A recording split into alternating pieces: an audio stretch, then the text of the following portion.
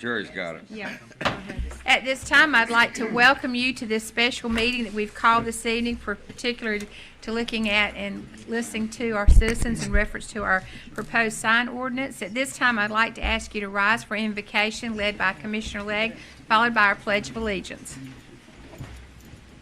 Father, we again thank you for this opportunity to gather here. We ask you to be with this board as we conduct the business of the town.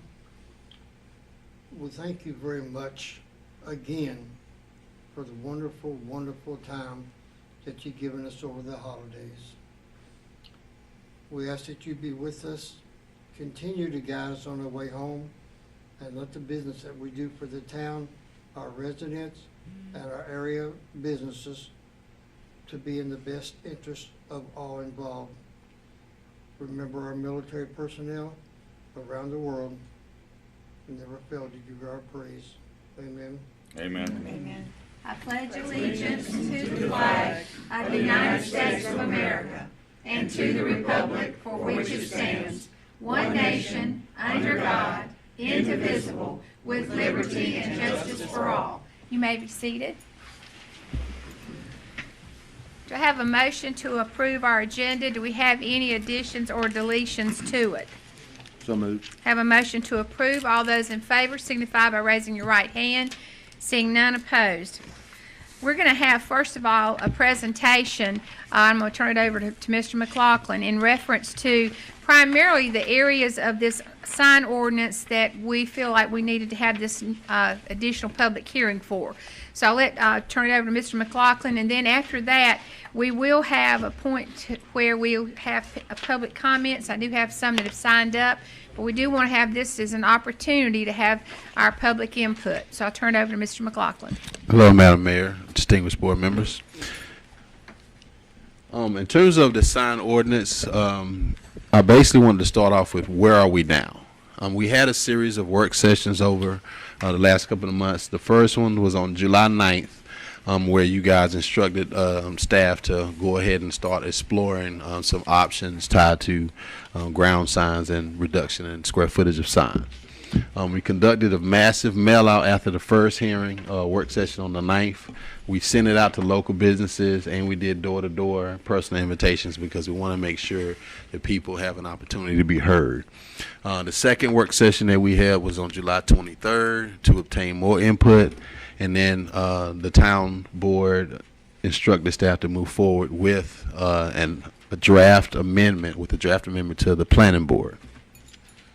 Now, in terms of the text amendment adoption, the Cumberland County Joint Planning Board assigned this text amendment case P18-40, and it was considered at the October 16th Joint Planning Board meeting. Now, the 6 major areas that this text amendment contemplates changing: freestanding signs are regulated to ground signs, which is basically eliminating pole signs.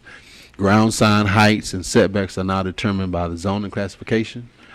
Sign maintenance standards was added to allow for the removal of signs in disrepair.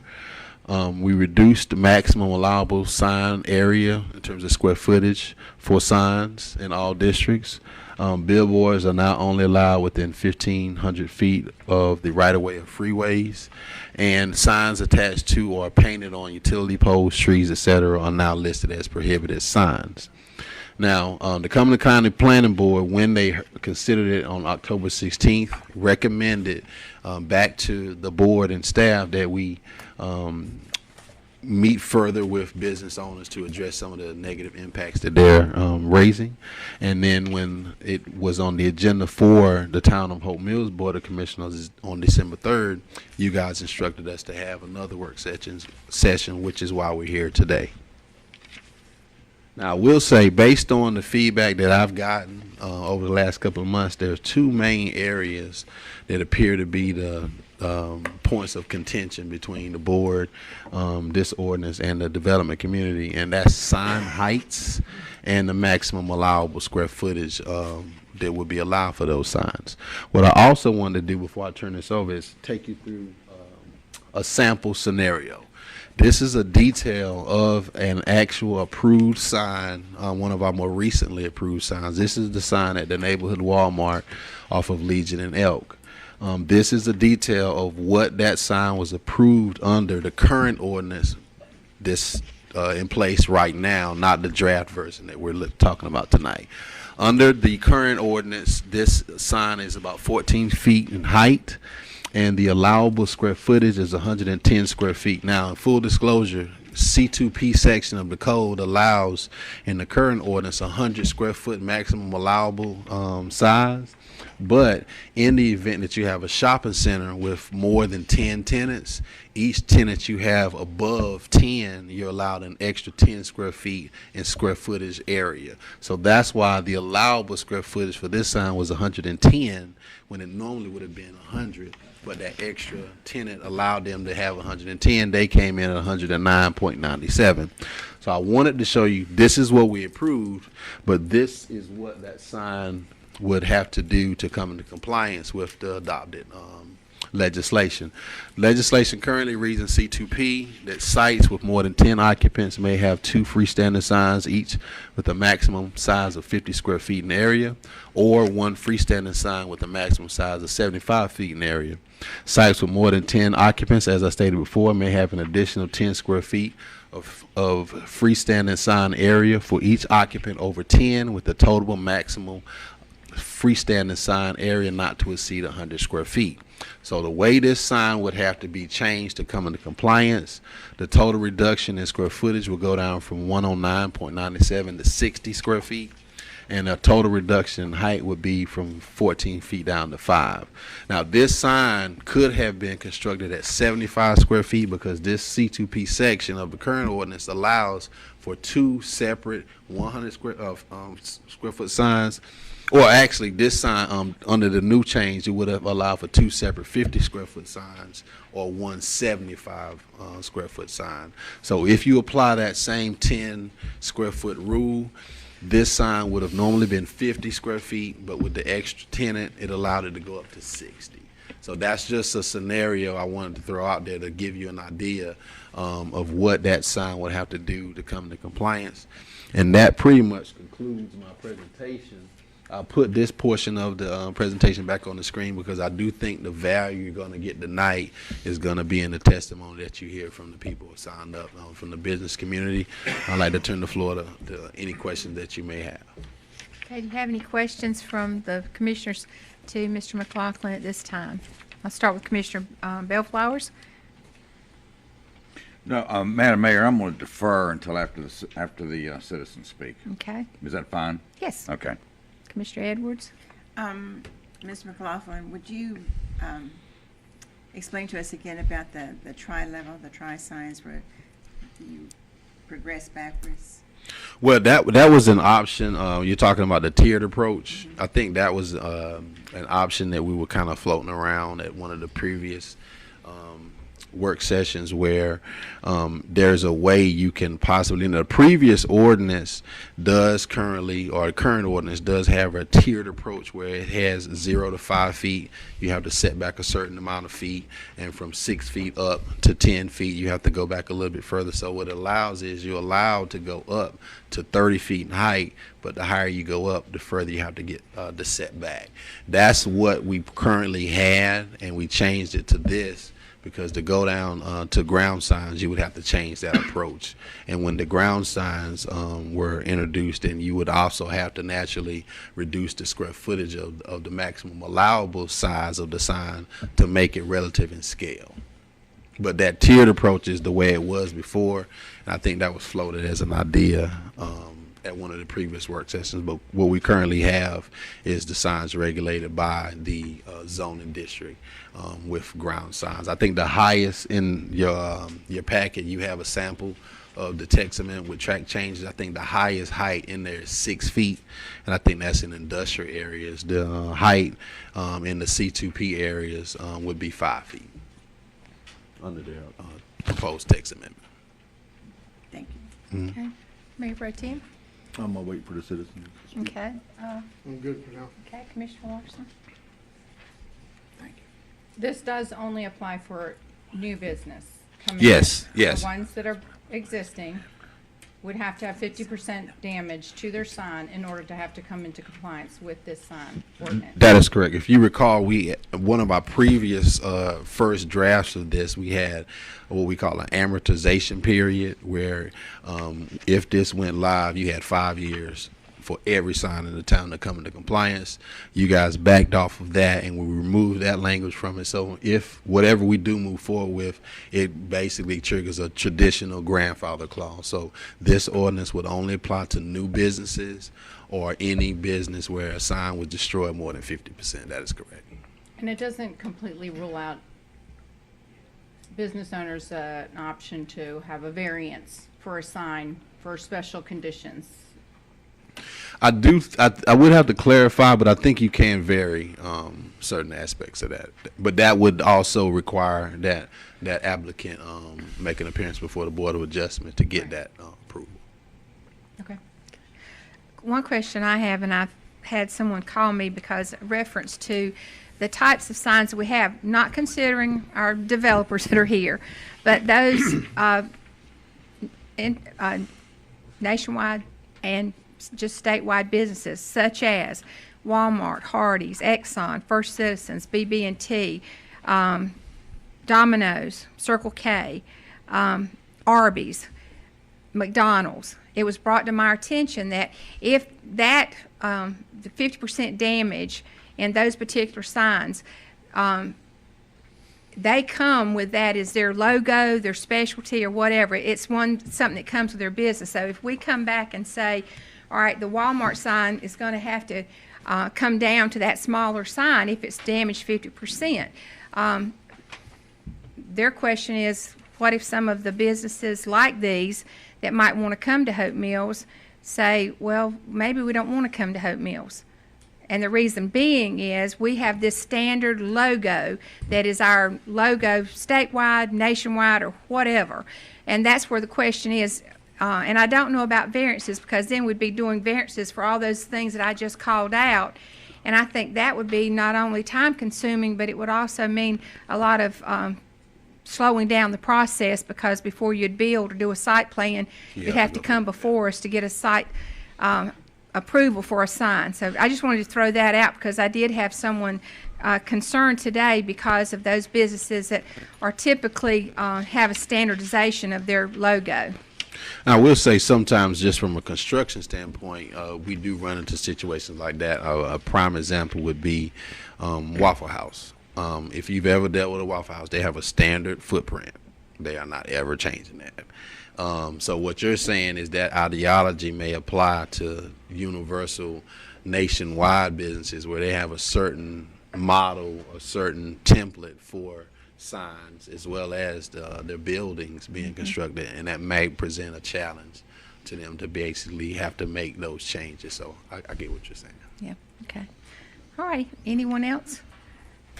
Okay, at this time, we'll open up public comments. We did have a sign-up sheet. We are not going to do a normal standard amount of time that you can speak. Of course, the idea is that we want you to have an opportunity to present the concerns that you have, or maybe some recommendations. And the first person that we have up, and again, it's important that you state your name and address, because we are being videoed this evening and we do want to have this documentation done. So the first person on our list is Mr. Ralph Huff.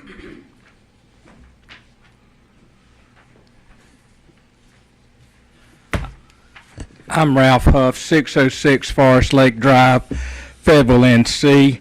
And I'm old. I'm not as old as Tommy, but Tommy and I own a whole lot of property here, almost as much as Joe Riddle. And so I just wanted to talk about a few things that really struck me when I read this ordinance. I hope all of you understood everything he just said in his presentation. I don't want it to be like Nancy Pelosi said, we're going to vote for Obamacare and then we're going to figure out later what it says. Or what the city of Fayetteville did when they adopted the UDO, we're going to figure out later, and here we are 10 years later still working on it. So please do this. If you my concern about this is you're not cutting your size of your signs in half. You're cutting them by 80%, 60%, 70% from 100 feet to 20 feet.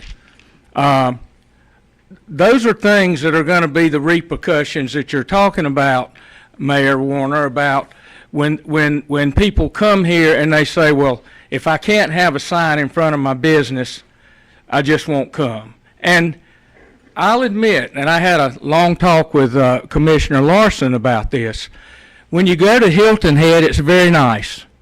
Everything's down on the ground, it's low, it's uniform, but that's just it. It was that way from day one.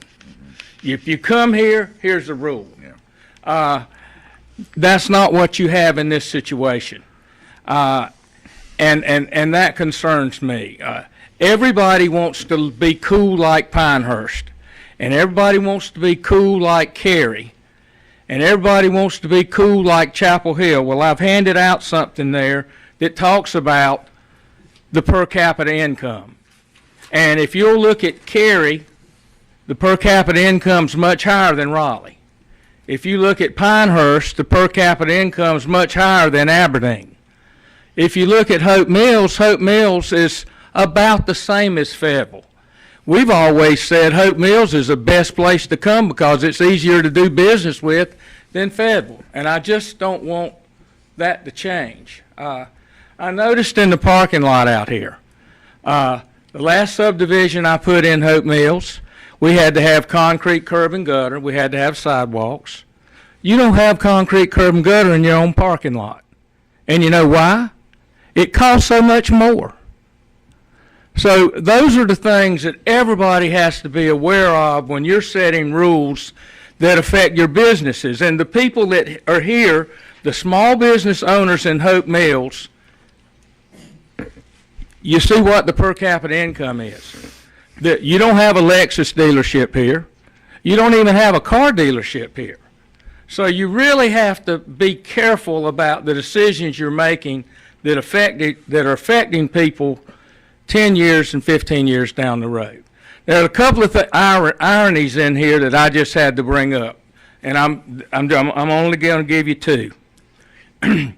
If you're a realtor, and I've been one my whole life, and you get a listing and you want to put a sign other than on the house, you go to City Hall and get a permit to put that sign out. 30 days later, you go back to City Hall and you renew that permit. And if most listings last 6 months, so you're going to have to go to City Hall to sit down to some administrator 6 times to renew the directional sign that's on the corner down the street from your listing. Now it's ludicrous. You're going to have administration to handle that. The other thing that I thought was really interesting is that there are very specific sizes on all of the signs in the ordinances. But each of you, when you run for election, can put up 4x8 signs. You can put up 50 4x8 signs in the town, and there's no limit. That's a good point. True. I just thought that was kind of interesting. But please, we all, as I told Meg, I think one of the nicest things that's ever that happened to this town is Millstone Shopping Center. Yes, sir. And Tommy and I are proud of it. And I'm proud of everything I've ever tried to do, but we just can't go too far over at one time. I've been the Grim Reaper in Fayetteville for 20 years saying, you're going to keep on and keep on and keep on, and there will be no affordable housing. We cannot go above 250 on a regular basis to sell houses. We can't even build a $170,000 house anymore because we can't get a lot less than $45,000 or $50,000.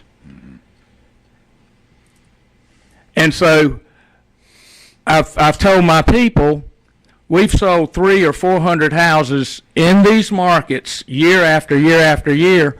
We're not going to be able to continue to do that because we're not going to be able to buy the lots to build those houses because there's just, the affordability is gone.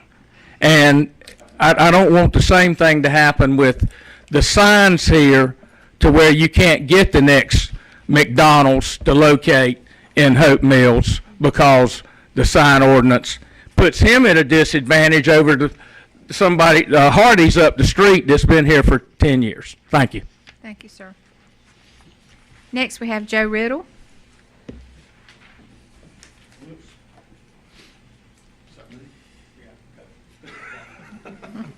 You don't need to speak into the microphone, nor do I. My name is Joe Riddle, and I reside at 125 Great Oaks Drive in Fayetteville. And thank you, Mayor Warner, and members of the board for this opportunity tonight. Really appreciate that. Let me pass out a few things. This is, okay, that's a, here, let me give you these. One of those for everybody. And then I got this one too.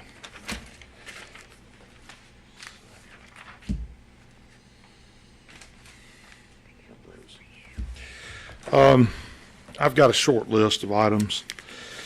I have also read the proposed ordinance and the old ordinance and compared it to some other markets that I thought y'all might be trying to emulate, including Southern Pines, Moore County, Wilmington, New Hanover County.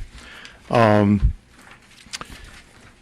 understand what the town's trying to do, and I'm certainly for trying to make all areas of Cumberland County better than they were. We were put on earth to do that, to make our world a better place. I understand the board wanting to do that. But I also think that Hope Mills is a lot better than some people give it credit for. It's not an ugly place. I could name some other places that are much uglier than Hope Mills. I think there's probably places that look better than Hope Mills. And like Ralph was talking about Cary, one thing about Cary is really a new town. I mean, there was a little bitty Cary there before the Triangle Park, but it was almost nothing. So almost all of Cary is brand new. And if you do everything brand new, you can make it look really good. So you got to remember, even in Fayetteville, where Fayetteville with the UDO talks about the blighted areas and the thoroughfares and the entrances into Fayetteville, most of those were built in the 50s. I mean, Bragg Boulevard was done in the 50s. 301 was done in the 50s. Murchison Road, I don't know when it was done, but it was way before me, and I'm getting old. So, a lot of those areas are really old. And so when you look at your town and you start thinking about how it looks, I mean, Millstone looks good, and I'm getting ready to do some stuff that I hope that you'll think about it like you think about Millstone. It's going to look nice. And most new stores or restaurants that are doing well, they want to look good. They're not trying to come in here and look bad. I mean, I'd like to know an example of things I've done that look real bad. But I mean, maybe some of them aren't as good as Cary or Pinehurst. But for the most part, I think the newer stuff looks good. I'm worried about, as Chancellor said, about the square footages for the monuments. If you're going to go to all monuments, I understand. I'm real worried about the interstate and how that's going to work out there. I really think that the interstate, and I'm very involved in the interstate needs to be different than the rest because it's just a different animal. And I know that the city of Fayetteville allows larger signs and stuff on the interstate, and they're certainly not all monument. Your interchange, I think, has the most potential of any of the interchanges in Cumberland County. I think that eventually it'll be the best one, and it'll have the best stuff. But I don't know how well, I don't know where there's an interchange up and down the interstate. Maybe there's one in Maryland, Meg. Maybe you know about that. I actually was up there, but I drove back at night the last time I was up that way in Baltimore. But where is an interchange that has all monument signs that we're going to have to emulate if you're going to go to all monuments on the interstate? I'm worried about that. I really think that there should be some opportunity to do pylon signs there. I passed out a Walmart monument sign that I don't even know how big it is. I can just tell you this. The document that Chancellor has would not allow it in Hope Mills. That is a very large center built down in Porter's Neck, which is an area of Wilmington that is the highest end area in Wilmington. It's real close to Porter's Neck, where they had the PGA golf tournament. What was that golf tournament called? It was one of the main tournaments. And also Figure 8 Island, that's arguably the highest, the most expensive real estate in the state of North Carolina. And that shopping center services that high-end crowd. There's also a Harris Teeter and a Food Line and other things there, Lowe's and stuff like that. And that monument sign, I'm going to disagree with Chancellor when he said that if you go too big, they don't look good. I think it looks good. And Wilmington was fine with it. Porter's Neck was fine with it. It'd be nice if you're doing a large development that needs more signage, where you have a lot of tenants. They've got 19 panels on that sign to be able to accommodate a large site. A 50 square foot or 250s or a 75, man, you're really not going to be able to do much. I mean, the example of the Walmart neighborhood grocery, their sign is certainly not offensive, and it won't even be allowed to be put back if you have a hurricane, and we'll probably have another hurricane, unfortunately. I hope we don't, but it's been bad. So that is one thing. Then the other thing is the real estate signs, which I passed out a copy of this sign in the back of the room. That's a 2x4 sign that my problem with it is that if you're on a busy road that's 4 or 5 lanes and the traffic's going 45, well, the speed limit's 45, the traffic's probably going 50, especially as they're coming down Hope Mills Road from the Hope Mills bypass and they're coming down that hill. And you're trying to advertise a building you have on a commercial lot. Now, that's a lot of information. I understand that. But there it is on a 2x4. That's what y'all are saying, that your requirement's going to be that you can't have larger than a 2x4 sign on real estate. And this sign that I gave you a copy of is one of my 4x4 signs, and it has a little Williamsburg column on it. I mean, why don't you just let people have a 4x4 and make it a little fancy, instead of just being you could do a 2x4 that was ugly. I mean, size is not all that matters. I know y'all are saying you got to have a professional sign company. That's part of the ordinance too. But I've seen professionals do ugly things. So, make us do a little fancier post or whatever, but give the commercial property a 4x4. 2x4 is too restrictive for fast traffic to read the information that you want to post when you're advertising a commercial building or commercial land, and you really need to tell people what you got. On a house, a lot of times they're on a little 2-lane road, they're going slow. I understand that. Some of these ordinances from the other towns base square footage on the size of the development, the acreage, the amount of front footage that you have. Like if you have more front footage, you get a bigger sign. Or if the square footage of the development, or even the lanes. I think Wilmington, I believe it was Wilmington, they have a different code for 2 lanes than they have for 4 lanes, because they figure if it's 2-lane road, it's probably not going as fast. You can go slower and you can look. If you go slow on Hope Mills Road, you'll probably get rear-ended, or there'll be people honking at you. So that's something I'd like for y'all to consider on the commercial real estate signs. The repairs, I mentioned this at the last meeting. When you're going to have a rash of repairs on signs is when you have another hurricane or some unusual wind. We had a tornado a long time ago that came through Hope Mills and went to some other places. But there's only a few people that do signs now. And if a hurricane blows through here, everybody's sign's going to be messed up. I recently had $15,000 damage out on 24. I just got the sign up just in time for the hurricane. Should have waited a few weeks. And it took me a while, to get it fixed and to get the insurance claim processed, because I actually had insurance on that. Mm-hmm. And a lot of stuff I didn't have insurance on and had to pay it out of pocket. But I did. It takes a while to get the claim done, and then you got to fix the sign. And I think now, is there like 30 days that you got to be done with your repairs? Or I don't know what the penalty is if you're not repaired. And I guess maybe if you had a damaged sign, you could call somebody and say, look, I'm trying to get this sign fixed, but, you know, everybody's busy. You know, Matt and all the other people that do signs are busy because there's not many sign companies that do a lot of these signs. The temporary banners, I mentioned this last time. I mean, I know y'all have had some bad signs and you're trying to eliminate bad signs and temporary signs and all that, but if a new business opens up, it's awful nice for them to be able to have a banner. Banners probably cost $500 or $600. Then you got to get up there and put it up there. And right now you've got that you can't have it but a week.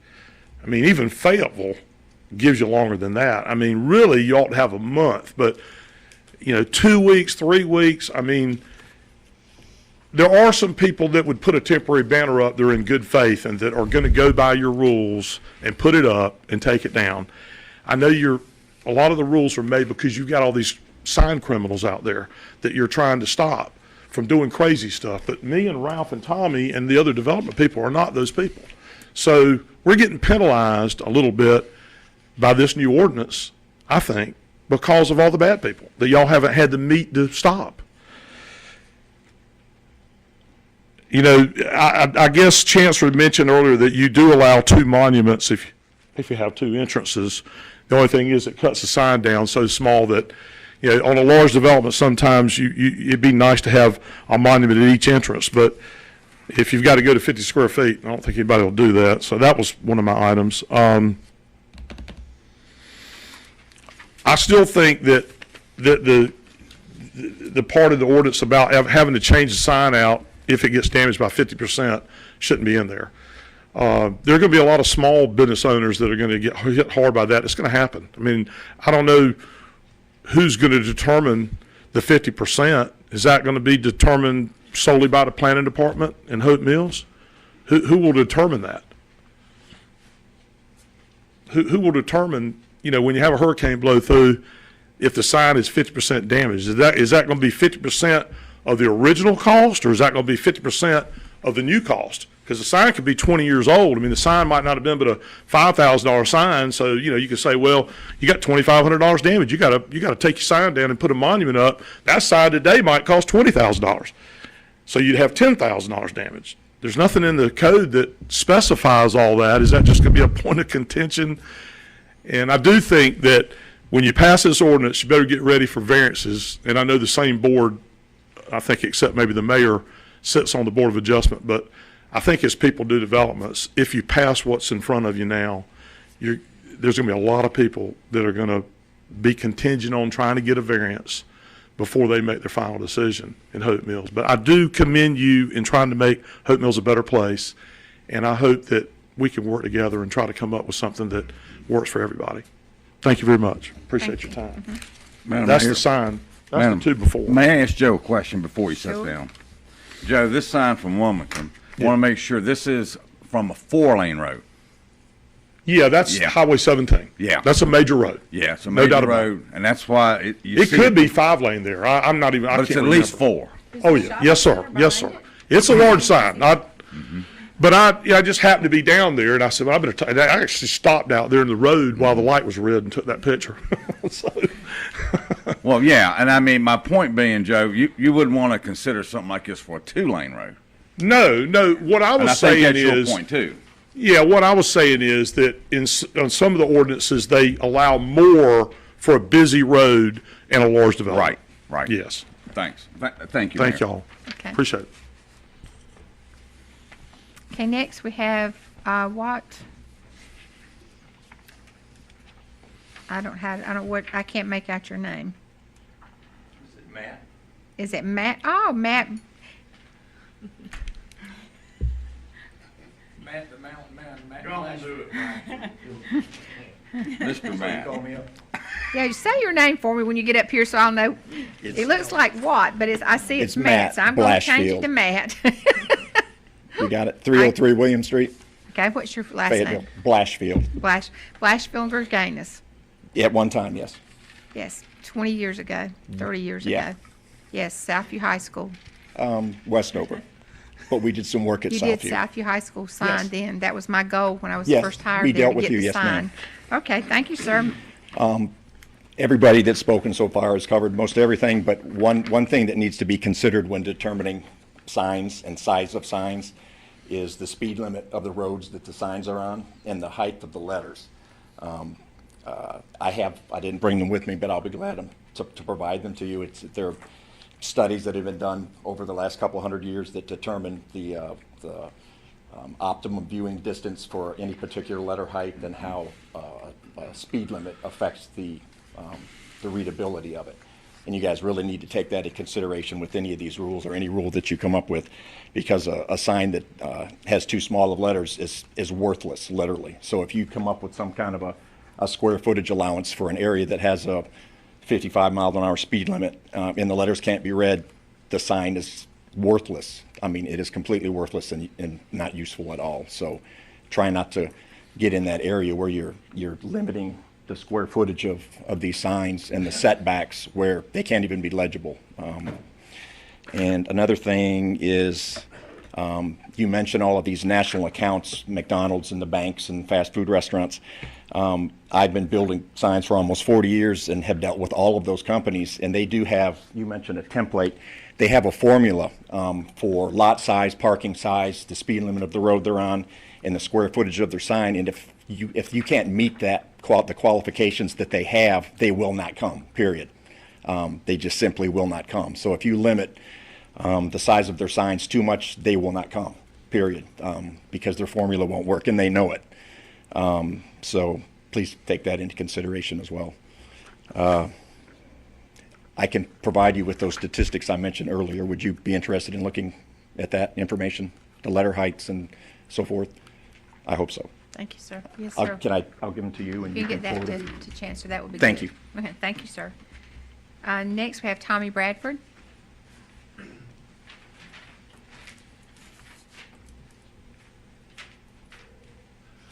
Tommy Bradford, 460 Willow Bend Lane, Fayetteville. I think the first thing I want to say is that we all agree that we want Hope Mills to look good. We came to do business out here 12 years ago in a big way. And Mayor Dees and the whole council was just hand over fist, do anything you could do to help business. And we appreciated it, and we came. The city of Fayetteville is getting ready to, or building a $40 million ballpark to create 120,000 people a year to come to it. We built the theater out here, and you get 500,000 people, and it cost you nothing. Mm-hmm. Those 500,000 people did not come here because of Hope Mills. They came here because of the theater. They saw it, they liked it. They built homes here, they moved into apartments here, they built businesses here. 1,000 times I've told people, as I've dealt with over the years, Hope Mills is the most business-friendly place we've seen. I told them all that you have 2 square feet for every foot of your business to put your sign up so you can be seen, where Fayetteville is 1 square foot. And we saw it for years and years in Fayetteville. They just got worse and worse, more abusive, and people just left. That's why we came here.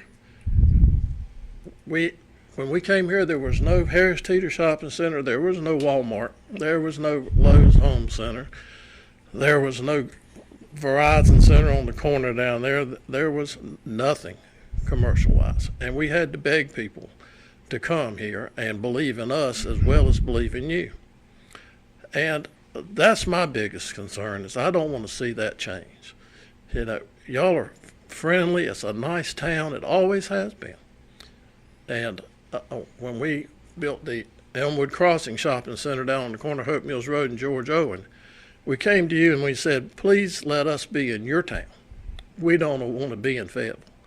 And so y'all annexed us in there at our request, because we had seen how friendly you were toward everybody. But I have a lot of concern about the sign ordinance, but I have more concern about that than I do about the signs, because we could sit and debate this and that and the other.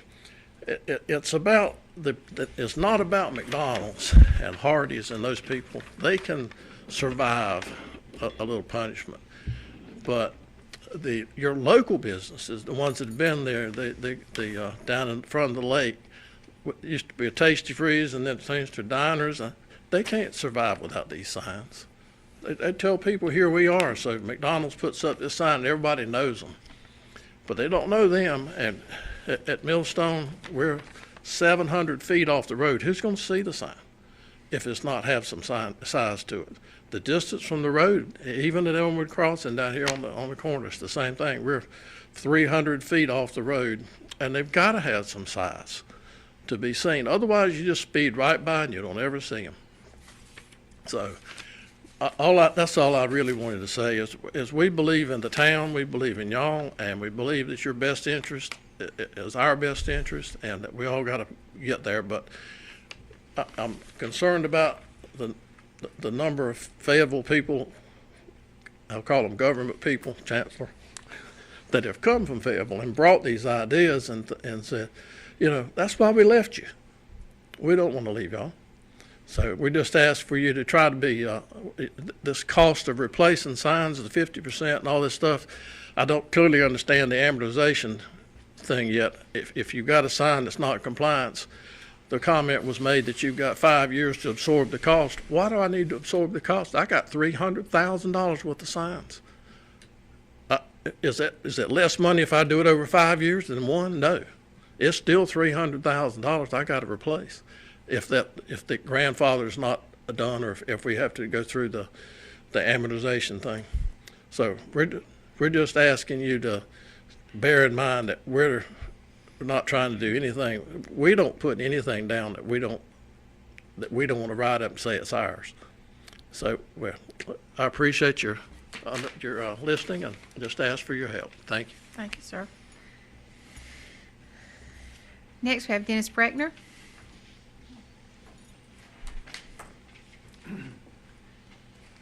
My name is Dennis Bruckner. I live at 3502 Gulfview, and most of you know me. The purpose of signs is to find people. I've been in these other towns, and I've drove right past places, and congestion is bad enough as it is, but you got to turn around, come back, and you're looking. You just can't find things. That's what the purpose of it is. The problem is, with a monument sign, you need enough height where people can find you. You need enough height if you want to decorate around your sign, you want to make it look nice. A lot of people do that. I think professionalism is the problem, is if, everybody has an Aunt Sue or Uncle Bob. I don't know if your name's Sue or Bob, but they all have those kind of people in their family, and I've gone and they said, this is exactly what my Aunt Sue made. I want this put up. And they took a piece of plywood and they primed it, and they used some very poor paint, and and they stick that stuff up. And to them, it's the greatest thing in the world. But I think it needs to be professionally done. And sure, I think you should have an artwork. I think if you want a committee or somebody to approve it, But I think individually, if you do a height thing, or if you do this other thing, what you're doing is you're taking away, the pride of Hope Mills. I've always been respectful for Hope Mills. That's like the signs that you don't see, like on the football fields and things like that. They pretty well are open to do whatever they want, right? But if you cut down other people's signs, why don't you cut down the school signs and everybody's signs, And that's where we go to cheer our kids on. I just think the quality, I think it should be professionally done, and I think that if you get things too low, you're going to be sorry that you do that. You need the visibility, and these shopping malls, these people that are going in there, they're working on a budget, okay? So they get there, the mall requires channel letters, which is a new, they're nice looking letters and stuff. They're not going to give you anything that's junky. But sometimes you need a little extra space. Your name isn't just, Sue's or, Sue's Nails or something like that. It's something long. It's hibachi this and that. But you need that space, and so I think that you should be a little more liberal with, the spacing and the height. And, I don't do a lot of work in Fayetteville. Matter of fact, I do zero work downtown Fayetteville because they have a beautification committee. And do you know the biggest problem with their beautification committee was? They wanted their sign to be the same color as the building. You don't even see it. It sounds like a good idea. Well, let's have a teal building with, and here's the primrose color that we used on the trim. We're going to use that on the sign. And it's just not the way it is. I'm thankful for Hope Mills. I've always been able to do things here. And I do think that, things need to be done, professionally. Thank you. Thank you. And Mr. Bruckner, just a question, because my sign, Mr. Bruckner actually did my sign for my business, and during the hurricanes, both of them, you've had to do something to my sign. At any one of those times, had you not come and either taken it down or done something to it, I would have been faced with having to replace that sign. Is it, in my case, can you vision dropping that down to a monument? See, that's what I'm thinking, is we've got some businesses that are in locations where changing it due to hurricane wind damage or whatever, it's going to be difficult. And I don't want to put you on the spot, but I did want to say that because I think I personally have if I didn't have you close by that would come take it down, the wind damage would have gotten me and it would have probably been shattered or broken in half. The problem with your sign and with other signs is that people don't use hanging signs anymore. They don't. When you put a bar out and you hang something on it, wind is going to do things to it. And it's, if it was 2 posts or, like they used to put them on the buildings and they'd come out from the building and would hang. You don't see that on. If you go down the streets and stuff or any of the cities, you don't see them hanging out. Where, it's got to be something that's mounted to the building. It's just a weak link in signs, and if you're going to hang a sign, you're going to almost have to have 2 posts. That way, you have something you can anchor it to at the top and the bottom. Which that sign then would not be in compliance. No. Right. Thank you. All righty. That concludes the ones that have signed up for public comments. Anybody else, Mayor? I didn't get to get in here and sign up, but I did have something. Please come to the mic if you want to speak. Okay, if you have to come to the mic and introduce yourself, and we can add you to the list.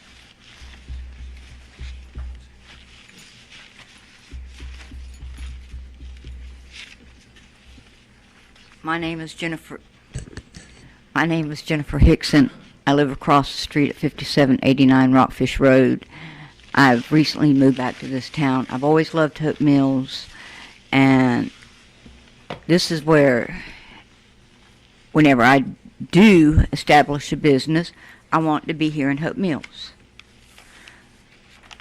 And one of the things I thought about when they were talking about how ugly the signs are, and if you didn't want ugly signs on 59, why did you allow businesses to go there? Because businesses, like you said, McDonald's, Walmart's, if you're going to make a sign ordinance, do like he was saying. Make them put up a quality sign. If it's a quality sign, even if you said, okay, give us a design and we'll approve it or disapprove it. But when you start limiting people's signs, their sizes, what they can put on it and everything, to make it look like Cary or Pinehurst or something. Hope Mills is not Cary. Hope Mills is not Pinehurst. I'm proud of Hope Mills for being who they are. We were and are a cotton mill town. That's who we are. That's where our roots go to. We're not a golf course place. We did have a golf course. It's not there. But you have to have pride in who you are and not want to be like somebody else. Jackie Warner, Pat Edwards, Mr. Legg. Growing up, all of y'all said, be who you are.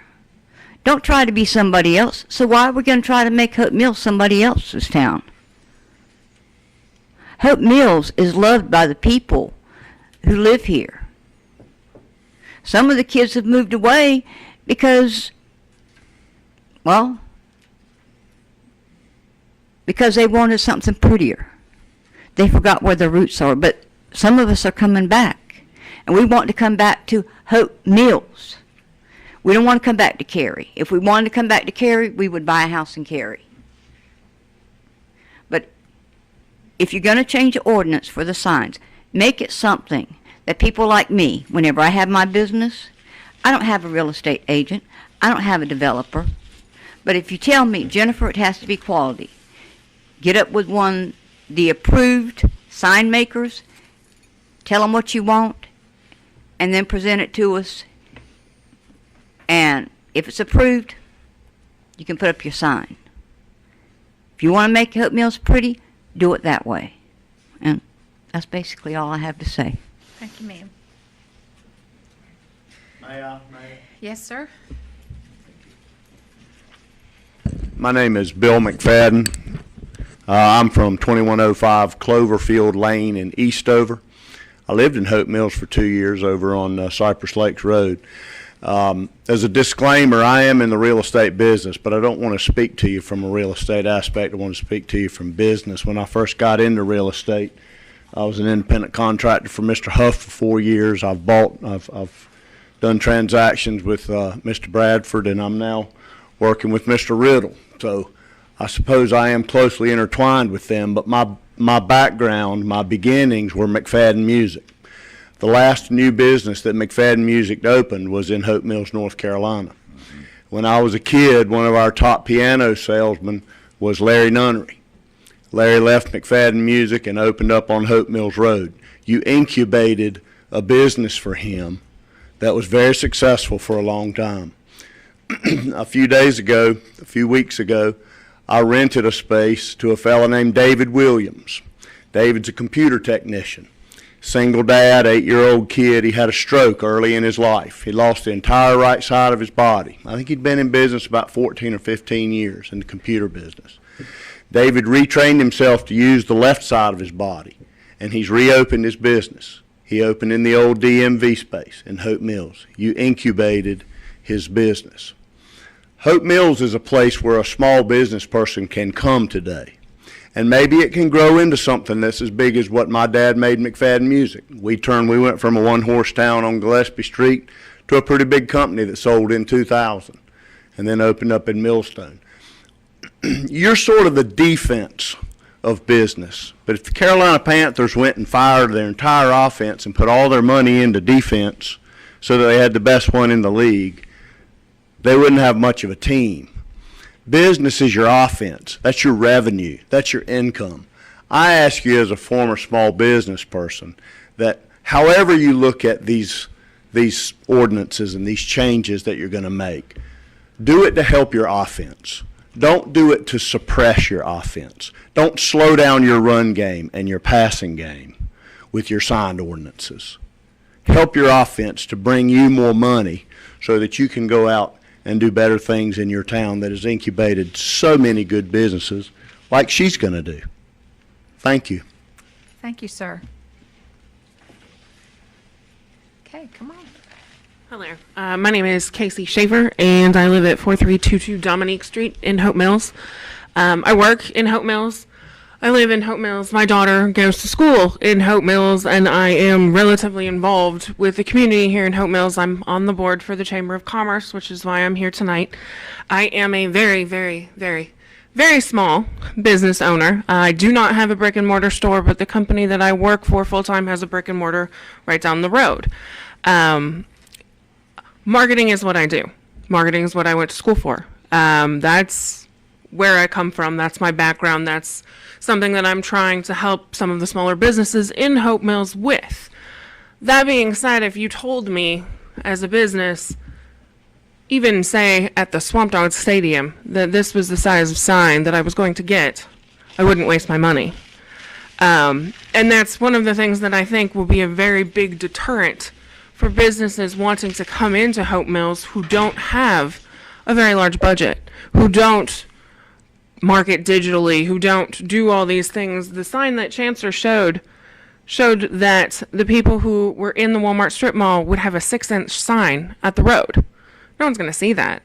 No one's going to see that sign. No one's going to do that business. And I know half of the time for me, oh, I'm in the mood for Chinese. Ooh, there's a Chinese place.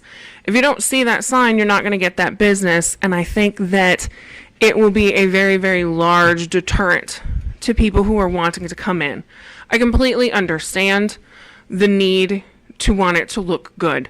My neighbor has had a tree down since the hurricane, and it's really hard for me not to go over there because it looks awful, and it makes me look awful in retrospect. So I get that.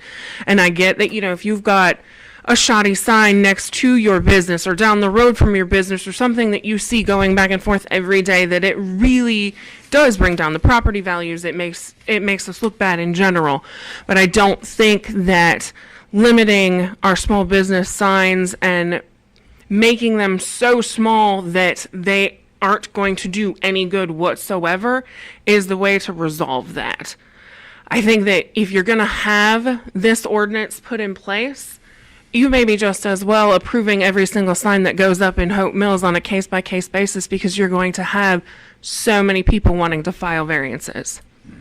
And that was pretty much all I had to say. Thank you, ma'am. Yes, sir.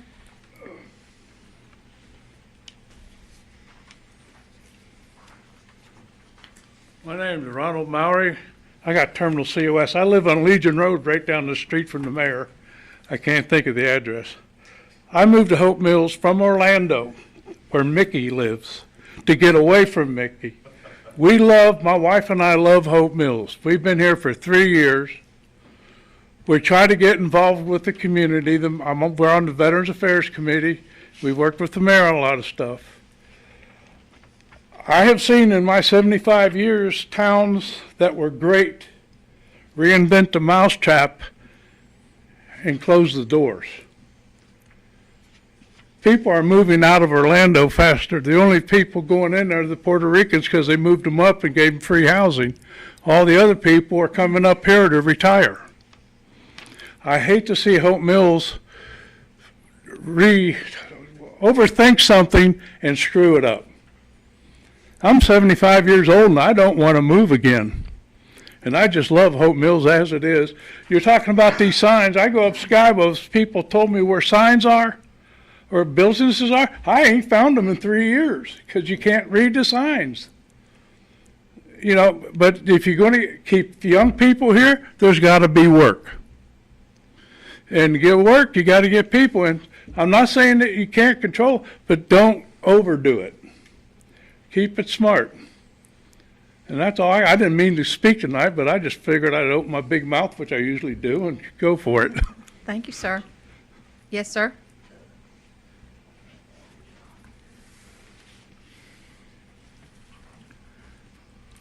Grilly Mitchell, 4056 William L. Luther Drive. When I listened to everyone talk tonight, they made some very good, compelling arguments. I thought about when I used to have to go before the generals and do my briefing. When I had to brief them, they wanted information that was going to be effective and beneficial. So I'm saying this to you all. Collateral fallout, collateral damage, negative impact. If you don't get it right, that's what you're going to have. Do not allow this beautiful grassroots community become a victim of bad decision making. Make the smart choice, make the right choice, because if we do not, it can have an impact on us that we will not be able to recover from.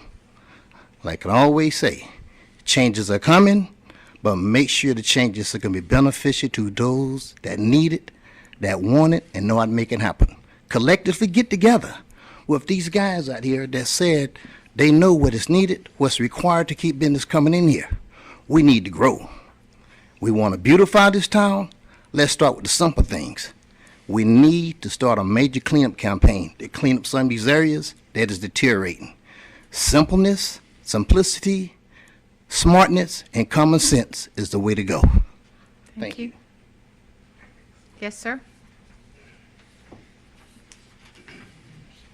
guess I'm an older resident here. My name is Gary Isaacs. I live in 3529 Castlefield Lane, right behind the movie theater. My only issue is the safety of the signs, the pole signs at the corner of Footbridge Lane coming out onto Camden Road. It creates a safety hazard. We pull out the Footbridge Lane, to make a left turn, you cannot see the approaching traffic. And that is a safety issue. And that's my own concern. What about the signs? That doesn't matter to me at all. That's the residential area, the safety of the community. So the pole signs, that just have to go either further back or higher. It's my own concern, safety. Okay. Thank you, sir. Are there others? Okay. Invite you back up, Mr. McLaughlin. One question I have for you. The previous sign ordinance, the amendments are what has caused the concerns. Is that correct? The sections that we had the sign ordinance in place. Yes. That had just recently been approved. Yes. We made changes to that sign ordinance. Of this changed sign ordinance that we are going to consider, the only part that has created confusion is the part in reference to the heights commercial and signage and Yeah, and one thing I want changes. to clarify, in terms of real estate signs, that's not a section that's being amended by this particular ordinance. Those sections are the same as previous language. The temporary banners, I think the only change we made last year is that we removed flag signs from being a permitted type of flag. I think you guys moved to allow temporary banners for grand openings for a 2-week period. In terms of the 50% language, that's just standard grandfather language in the general statute, so we're not putting any language in there. But based on what you're saying, it sounds to me that the gist of the area of concern is the commercial area that's tied to the new changes in height, where if you're eliminating pole signs and you're limiting the height and the square footage. I think that's the gist of the areas of concern that I'm hearing from most of the testimony that was given tonight. Because as you look in the changes in the ordinance and you see the numbers, you see that, we go from one freestanding sign not to exceed 100 square feet, and we've changed it to 16 square feet. So I think that those types of things where it's a drastic change Yes. is what the concerns are. Now, And what then- happened with that, not to cut you off, is That's okay. when we're going down in height, if you have a 30-foot tall sign at the typical height that the regular ordinance allows, 100 square feet doesn't look that big at 30 feet in the air. But if we're reducing that down to 5 feet to keep the scale of the sign relative, you're forced to reduce the square footage of it, because 100 square foot sign at 5 feet, that's a wall. So you have to, and that's just something that you can't reduce the height without reducing the square footage if you want to have a sign that's still relative in scale. So when we moved to ground signs, I had to literally go through every section of the commercial, industrial sections of the code. Now, when they're talking about the 2-to-1 ratio, that's related to your wall sign. That's not being affected, where the width of frontage of your business is a 2-to-1 ratio for the square footage of your sign. So, in full disclosure, every business is allowed 2 signs, a wall sign and a freestanding sign. All the changes that we're talking with this text amendment is just making changes to the freestanding signs. We're not amending the wall signs. Okay. So I guess now I'll go back to Commissioner Bellflowers, who wanted to wait till after we had conversations. So I'll turn it over to Commissioner Bellflowers for any comments or you may have, or questions. Thank you, Mayor. I have comments and I have a question too. I'm going to start off with the comments. First, I'd like to thank everyone who came here tonight to participate in about an hour form, because that's definitely the spirit of why I wanted to table it, was for your input. Because I believe that all of us in this room can agree, the common agreement is to find common ground on this sign ordinance. That's why we're here. That's why all of you spoke tonight. I also like to thank Tommy and Ralph. You guys did build a nice place called Millstone. I know. I watched it being built. I live right across the street over there in Kensington Village. I watched it when the first shovel went in. I was there when the ribbon cut. And I've talked to a number of people who come there from everywhere within about a 3 or 4 counties. You know why they come there? Because they like it. Mr. Huff said something earlier about businesses being cool. I'd like small businesses to look at Hope Mills and say the same thing. I'd like them to say that about us. We'd like to be cool like Hope Mills. I really would. Some big things I heard tonight was, and this goes with this article, Joe, that was in the Up and Coming. When I read this, it says, Joe Riddle cautions against overly strict sign laws. Well, it's not going to apply to McDonald's. You're right. It will apply to those brand new small business owners, those entrepreneurs, which is the backbone of our economy. Those are the folks that's going to be impacted the most by any ordinance change that we adopt here. It's not going to be McDonald's, but it's going to be them. It's going to be future development too. And that's why, Joe, I asked you about this. Because you're right. Different signs apply to different speeds on the road because of visibility. Because that is marketing. That's fundamental marketing 101. Is a small business is already cash strapped to begin with to open the door to deliver a product. If we restrict them too much on marketing that product, they're not going to market that product in Hope Mills. They're not going to do it. I can't blame them. I wouldn't do it either. Those 2x4 signs are hard to see. I like the 2-lane versus the 4-lane roads. The sign repair, I think we've talked a little bit about that. Banners for new businesses. If I was a small business owner, I surely would want more than a week to advertise my business. But lastly, my comment, and I got a question, Mayor, and I feel strong about what I'm about to say.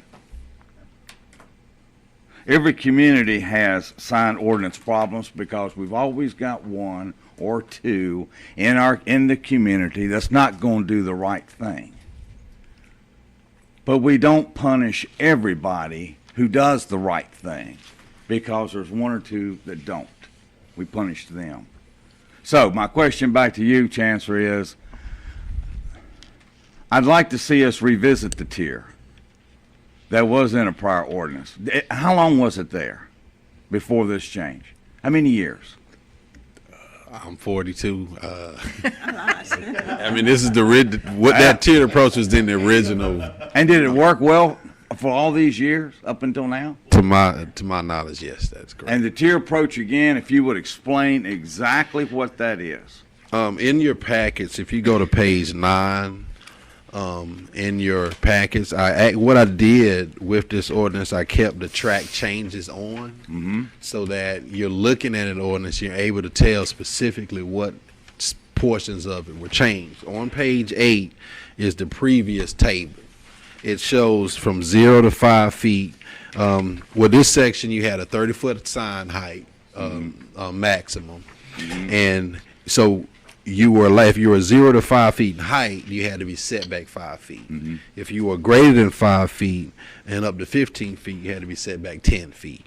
If you are between 15 feet and 30 feet, you're set back 15 feet. So the higher you go up, the further you're being set back. I think ultimately what we're doing here this evening is trying to find the middle ground. That's right, the common ground. Regardless of what the pulse is of the business community, or what the desires of the board is, we're trying to find that sweet spot that allows for the businesses to feel like they're not being that this ordinance isn't too heavy-handed, but it gives the board the ability to address real concerns that are raised in the community. So that tiered approach is the way and the method this ordinance was initially drafted.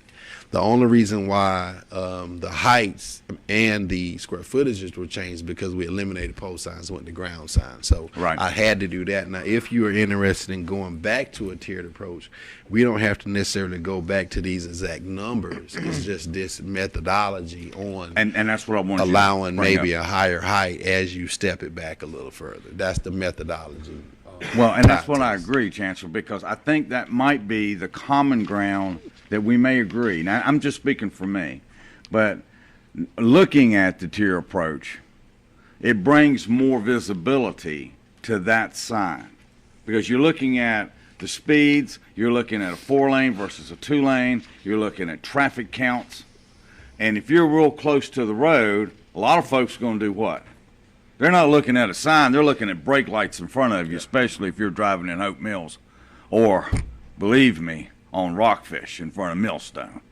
Now, You're not looking at a sign, you're looking at brake lights. Now, I will say, too, just as when we moved to ground signs, the square footages had to be reduced.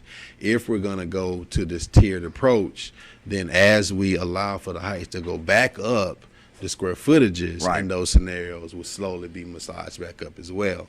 Even if you look at the way the section of the commercial language is drafted, it allows for so many different nuances where, like, if you have more than 10 tenants, you're allowed a 10-foot square foot density bonus.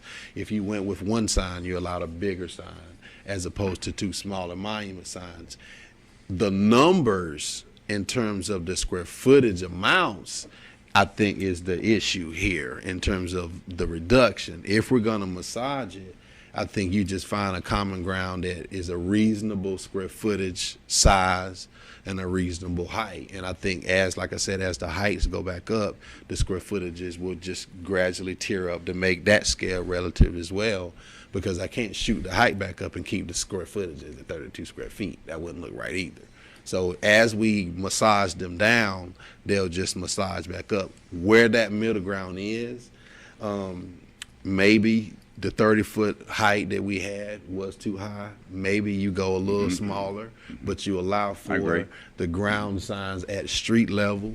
My philosophy on a tiered approach would be you still have ground signs right at property line.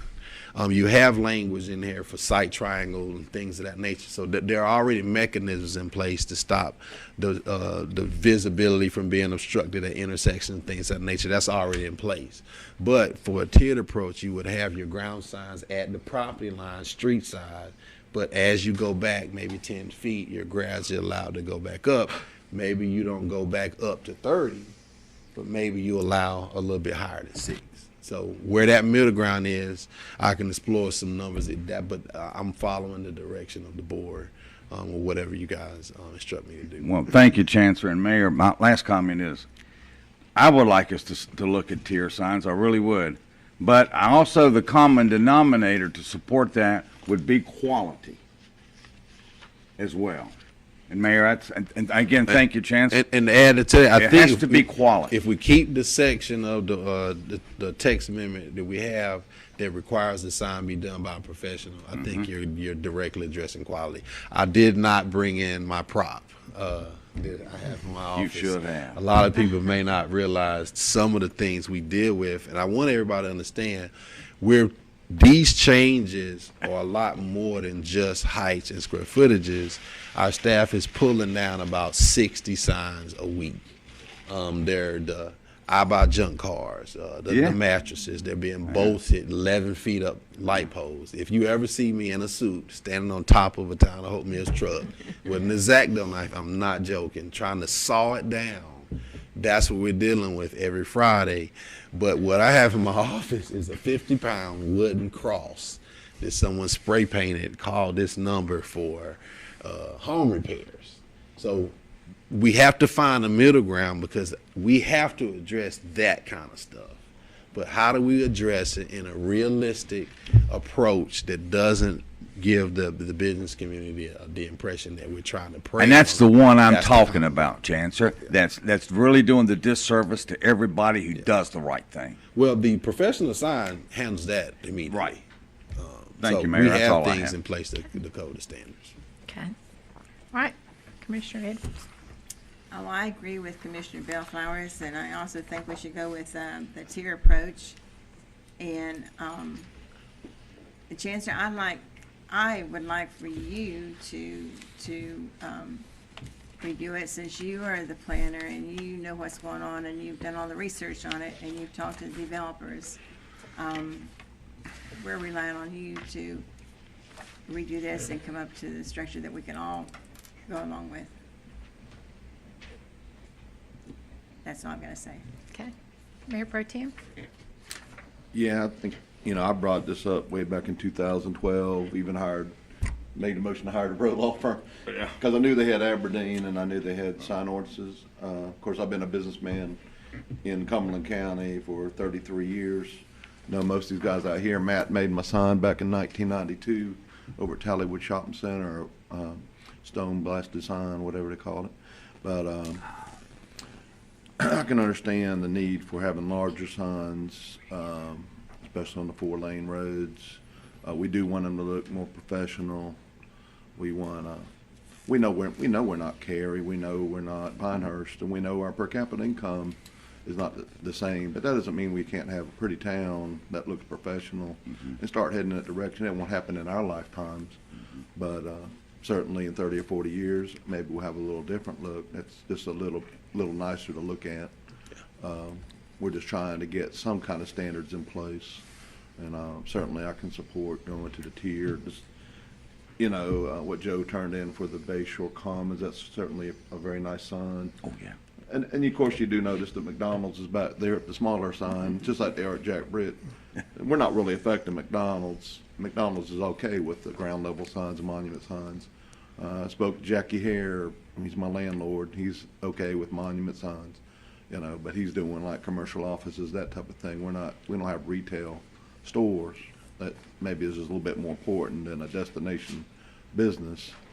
So, and I talked to Charles Gardner before I come into the meeting tonight, and he trusts our judgment, and we're all one community trying to work together. I think we can raise our standards but still have compromise, and I think we put it back before Chancellor, and have you come back just one more time, hopefully. And I do think 1 week is ridiculous for banners for new businesses. Yeah. We've got to do something about that, Oh, either yeah. 60 days or 90 days. As far as name recognition, it takes a lot longer than even 90 days to get your name recognized in any new community you establish yourself. And certainly we don't want businesses like Robbins on Main to go out into the county area just because of a sign ordinance. Want to make sure that not everything has to be a brick type monument sign. It can still be a nice professional looking sign. I think with poles going up beside it, it still looks decent, So that's, I think that's most of what I've heard. The hurricane thing, I think we'd all give waivers, Joe, I think we'd all give waivers in a case like Hurricane Florence. I'm still working on some 55 tax returns from Hurricane Florence from 2017, believe it or not, due at the end of this month. And just like the IRS, I think we'd be as forgiving and make allowances for those kind of events.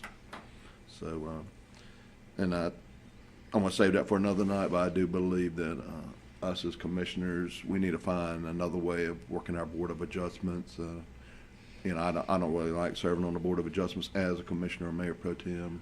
I'd rather have independent citizens sitting on that, and we can talk about that at another board meeting. But I think it'd be better. No, I guess We're not what going to you're be saying. perfect coming out the gate on any of this, but certainly if you have 3 or 4 variances in a row on the same issue, that's a flag. trend, That yeah. changes need to be made, but we got to start somewhere, So, yeah, I'm for bringing it back one more time or 2 more times to get it right. All right. One comment that I'd like to make, and I think is important, and I did appreciate Mr. McFadden's comments. I think out of all of them, he's struck a chord that we've got to make sure that we are on the defense, but we also got to make sure that offense can score and do the things that we need to do for Hope Mills. So one thing that I see is those suggestions that have been made. So often I think we have, each of us has our own opinion and our own ideas, but I think we have to open up and let the community and the people that are helping us in our community with the decision making. So I appreciate you being here this evening, and I do appreciate the fact that we've gotten some good suggestions on what will make this ordinance better. And I also like the cooperation, that they're willing to cooperate with us in some change, but that some of this is going to be too much for some of the things that we have in place, and especially those businesses that might be coming. So I think we use the suggestions as we can, and of course, I don't have anything other than an opinion here, and so that's my opinion. Commissioner Larson? So, I have the opportunity to, I'm from Maryland. I grew up in a small town that golf community and polo. So it was a quaint little town, small. And then I went off to Atlanta, Georgia for college, where I majored in marketing and double majored with merchandising. And when I moved to Hope Mills in '92, I took over 9 stores. So I had 2 in Durham, 1 in Chapel Hill, 1 in Cary, 1 in Raleigh, and 3 in Fayetteville, all having different sign ordinances. It doesn't affect the area. One, as far as sales, they know where your store is, they find it. I understand some of the issues with the sizes that you all are speaking of, but at the same time, I have so many calls from the citizens that don't like the way the town is going. They want the signs smaller, they want them lower, they don't want flashing lights, they don't want the flag signs, they don't want the drop-ins at every intersection. For me, when I think of Bragg Boulevard, I go to 2 places on Bragg Boulevard, and ironically, it's Krispy Kreme and Gold's Gym. I've never shopped on that road or eaten on Bragg Boulevard because it's a mess. And I'm feeling that that is the direction that the people, not the business owners, but the people that are living here feel. So I think we have to take that into consideration of what they want. Obviously, I'm one vote. We can look at the tiered version of it, but I think the monument signs are the way to go. It grandfathering in the old businesses. Certainly, there would be variances for super large shopping centers. We would expect that almost to come in, but this picture that Joe gave us, I don't even know if the shopping center's behind it. It's so big. It's a beautiful sign though, but I can't see the shopping center. So, I think, that we do have to take into consideration both. I understand the business owners, but I also understand that a year ago, I was sitting out there as a citizen, and those were my complaints too. I didn't like the way it looked. So. Commissioner Legg? Well, I've been off quite tonight, haven't I? It's your turn. I think, in my opinion, we're after the wrong cat. I don't have a problem with the signs in front of restaurants and shopping centers. The little signs around town is what I have a problem with. The ones that you're out picking up every day. The buy junk cars and mattresses and we buy houses. I don't have a problem with Mr. Riddle or Mr. Huff or any of those people with the developments they're doing. Things change in time. I don't want to run our businesses away from Hope Mills. I don't want to let it be to the point where we don't have any control over what happens either. I also think it's a good idea we look at this a little bit more. We keep looking at it, the letters are gonna go away, and we won't know what we're looking for. So, rather than to make a hasty decision and have to go back and amend it, I would like to have a little more time to look at what you've come up with and your study. But like I said, I think we're after the wrong cat. I think the wrong cat is all the small signs we see around town. I saw them today wired to They're putting them out as fast signposts. as we picking them up. We but just if you, need a new way of finding the people that's putting those cats out. Now, if you recall, in this ordinance, we did put in repeat offender language, class Right. First, Right. I think class 1 misdemeanor and things that nature for repeat offenders. So we do have that. It's already effective, right, Chancellor? That's in this In ordinance. this current one, Yeah. that has to be approved.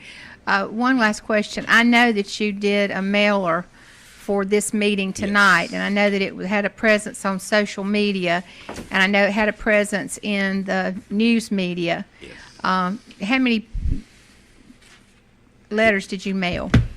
I think he's gone. Mr. Fodesi was here tonight with his. I did a mail out of about 300.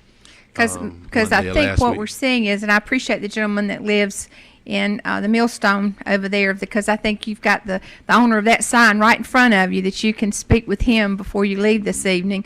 And then, of course, Mr. Maori and Mr. Mitchell were here as residents.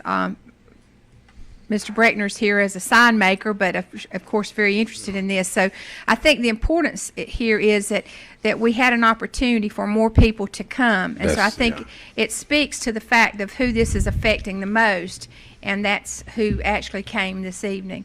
Now, at this time, I guess we need to make a decision as far as what we want to do. And Madam Mayor, I'll Yes, make sir. that motion. Okay. Before you That we make that table- motion, Okay. Commissioner Bellflowers, I want to just let you guys know a procedural aspect.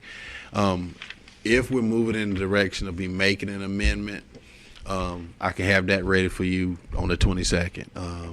I know this stuff like the back of my head, so it wouldn't take that long to create some different numbers. But just to let you know, on the 22nd, when I bring it back, because we're making an amendment to this does require it to go back to the planning board. So even if I come back with a tiered approach, because we're making substantial changes to the heights and square footages, I'm not saying we're going to go right back to what we had before, but because we're not making very minor changes in like wording and language, and because that is the crux of this, that change, you guys can adopt that change on the 22nd, but you would still have to send this ordinance back through the planning board for them, because if you recall, the planning board recommendation in October asked us to revisit this and do another work session. We've done that. If we're coming up with something different, it does have to go back through planning board. So I just wanted to. I think that And that would was my motion, Mayor, was You was would to also table, have to have another public hearing, because it would be a new ordinance. Yeah. was to table the sign, the adoption of the sign ordinance until the 22nd. Is that good, Dan? Yeah, you could do that. Yeah, because I know it's got to go back to the planning board. We're going to have another public hearing, but we're still in a workshop part of this. Yes, So, yes. and that's why I want to table it. Yeah. Is because we're still in that phase. The only thing you're doing now is instructing me to go back and make some go back and Yep. make some changes. And bring it back to now, us on the bring those 22nd. changes back. Now, you wouldn't be adopting it Right. on the 22nd. You would just be considering it, and then the motion would be to approve it and send it back to planning. Okay, so the motion now is to table this until the 22nd, when you'll bring Yes. forth some changes. Okay? That would be a new public hearing? And then after that, it'll have to go back to the planning board, and then it'll come back for a public hearing. We can put it on old business on the 22nd, and Okay. then the motion at that time, if you're okay with what I bring back, then you send it back to planning Planning board. board. Then it goes through the whole process. And then the planning board sends it back to us, another Yes. public hearing, Another and then public we make hearing, that and decision. then we make the final adoption. Okay. That's correct. All right, so I have a motion. Any other discussion? All those in favor signify by raising your right hand.